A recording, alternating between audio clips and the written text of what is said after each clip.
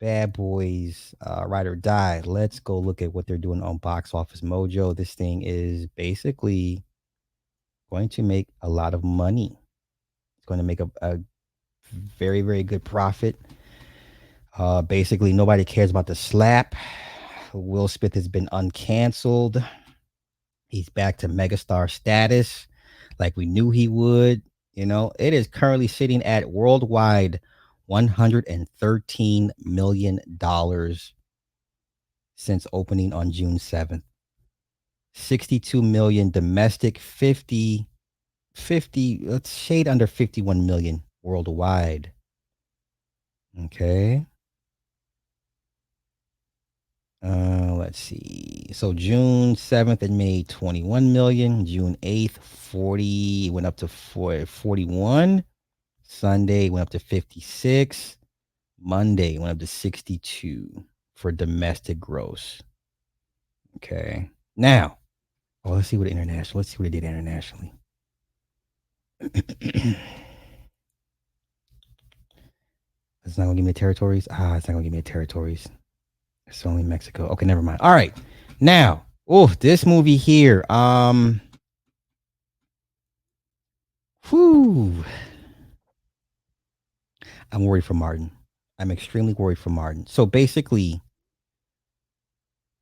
Mike Lowry gets married to his therapist because he got shot in part 3. Gets married. Marcus, played by Martin, has a heart attack. He goes to the other side. He sees Captain Howard. Captain Howard tells him, hey, you about to go through some shit. I need you to be like the spiritual sage of this whole thing. Now, for the first 3 movies, everybody knows that Martin basically played sidekick to Will. In this movie, Martin is the main character. Everything revolves around Marcus Burnett. Marcus Burnett is the spiritual force guiding everybody, keeping everybody together. Okay, very, very esoteric, right? What I did not like as far as pacing is the hospital scene when Marcus wakes up out of his coma. They're on the rooftop. Martin's at the edge. He's like, I ain't gonna die. Don't fear. I've been living my life holding on and been worried about stuff. Now I have no fear. Right? That scene went too long. I didn't care to see his bare ass. You knew it was coming, y'all. He's in a hospital gown on the edge of the building. You knew it was coming. Like, okay, where's the ass shot? Where's the prerequisite? He raises the gown. Hey, Miami, Miami. That scene was way too long. But okay, so get back to it. Captain Howard is dead, but he's being framed for corruption. It's up to Mike and Marcus to, figure it out. John Sally is back in this. He gets killed because Captain Howard couldn't trust anybody. So he was one of the breadcrumbs to a secret file that Captain Howard had made before he died. And then as it progresses, they go back to his son. They need his son's help. So his former lover, which is now his boss, his captain, is dating a DA. So he's in the corruption. So Captain Howard realized there's corruption all the way up to the very top. He can't trust anybody. The 2 cops that used to beef with Marcus and Mike, Sanchez and Ruiz, were killed in a car wreck when Captain Howard first discovered the corruption. They get killed off camera. So that's why you didn't see them back in this one. They were always snapping back and forth with Mike and Marcus, right? So they get killed in the car wreck. So that's when Captain Howard said that. Well, I couldn't send you guys out because I knew it was too dangerous. So then they tie it back to the storage facility from part 2 with the Zopound with the Haitians. Or was it part 3? Which one had the Haitians? The devil is not welcome here. The shootout at the house. There was a storage locker they need to get some evidence. They brought back Vanessa Hudgens and her character and the blonde kid, right? Because they still working together, right? Part 2. Okay, so part 2 was they had to go to the storage locker from the Zopound, the Haitians, right? Martin did not look well in this movie. even though this movie was shot, it was already done 6 months ago. At the time, he did not look well. All these crazy close-ups of Martin, it just shows you how in poor health he was. Even though he was the focal point of this entire movie, the jokes were cool. I mean, he told a shitload of jokes, but his face was bloated, his eyes blotchy and red, and there were moments where he would slur his speech. There were moments he slurred his speech. Okay, so they get closer. They try to kill the son in prison. They get the son out. James McGrath is the bad guy that's working. That he's the head honcho with all the bad guys that's trying to frame. So then his son tells Mike, "Well, Captain Howard wasn't dirty, but he was added to the list." Because you remember in part 3, it was his son that shot and killed Captain Howard at the orders of his mother. Okay, his mother had dealings with McGrath, the bad guy in this one.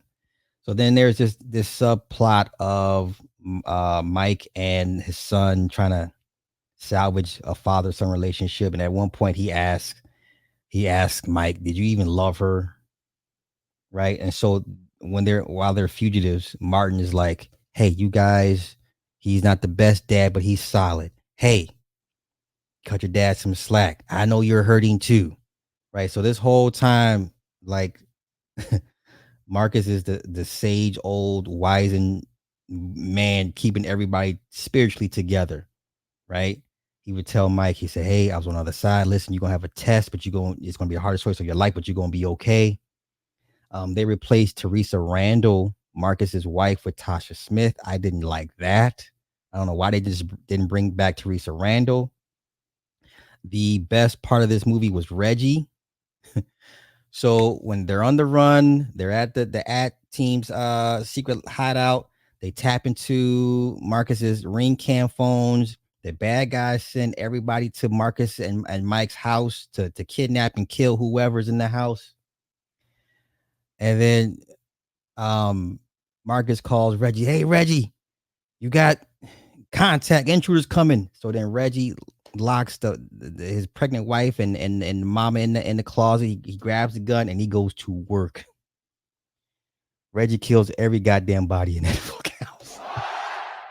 Reggie kills every bad guy that comes to that house, because now early in the movie it said there was this joke about the snacks, because Reggie's eating the snacks. Martin came home from the hospital. Martin's like, "Well, where's the snacks?" And Reggie's like, "I don't know," or I ate them or whatever. He said, "Man, ain't you deployed?" He said, "Well, yes, sir. I just got back from Yemen." "Well, don't you need to deploy again?" So Reggie is a super killer.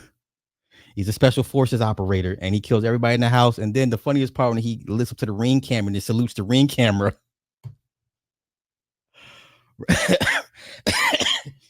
Yeah, Reggie Wick. Reggie killed a motherfucking body up in there. All right. So then they kidnap Mike's wife. Also, they kidnap the captain's granddaughter. The other subplot is the Captain Howard's daughter. She's a U.S. Marshal. She doesn't like Mike.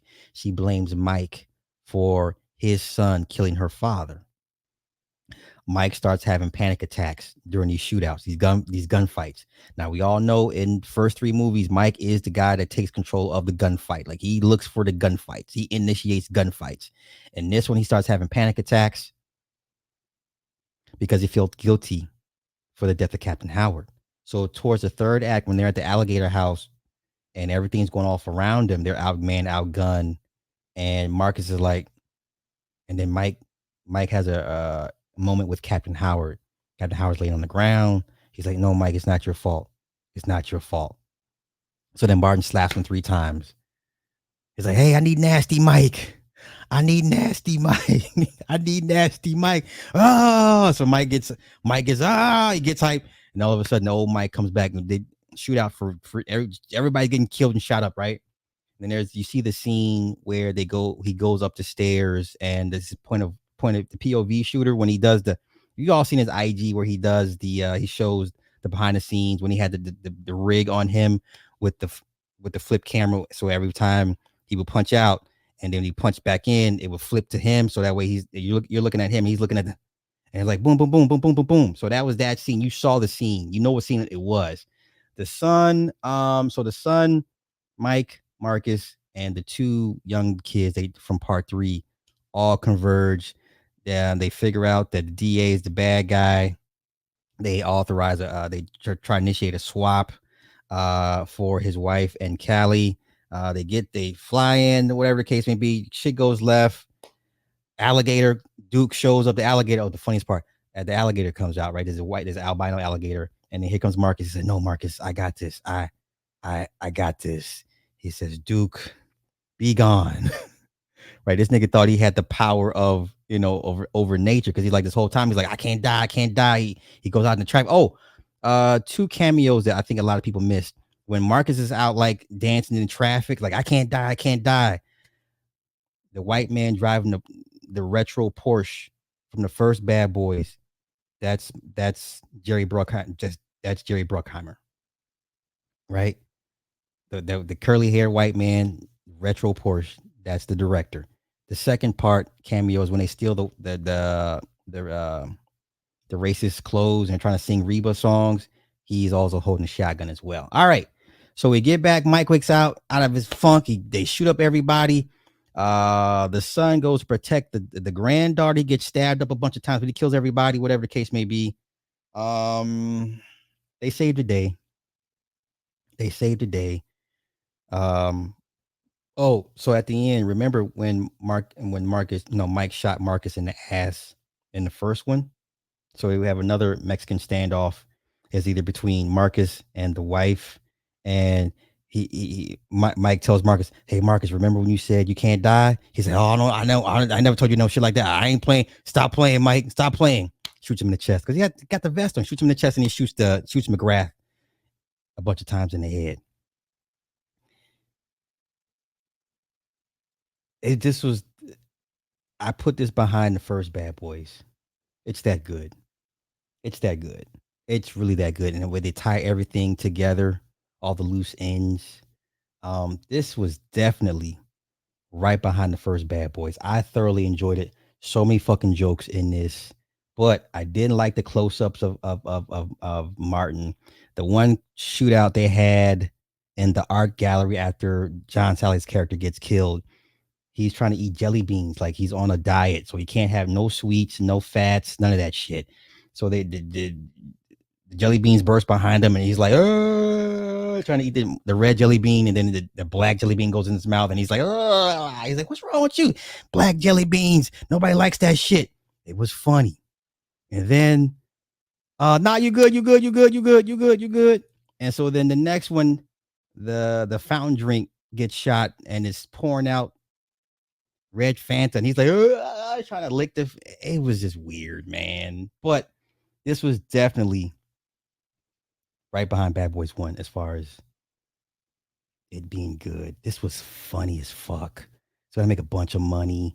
But it's good to see Martin be the central character in this. Because like I said, for the first 3 Bad Boys, it's all Will Smith. But this one, this is Martin's movie. This is Martin's movie. Hands down. Hands down.